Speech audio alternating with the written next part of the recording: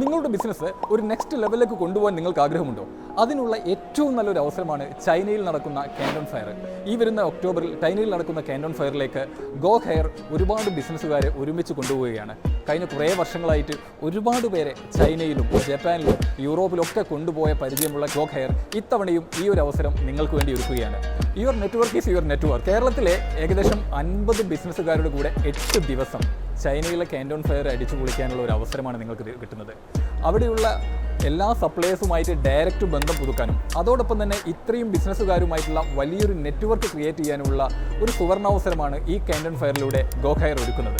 ഒക്ടോബറിൽ നടക്കുന്ന കാൻഡോൺ ഫെയർ ചൈനയിൽ സാധാരണഗതിയിൽ 3 ഫേസ് ആയിട്ടാണ് നടക്കാറുള്ളത്.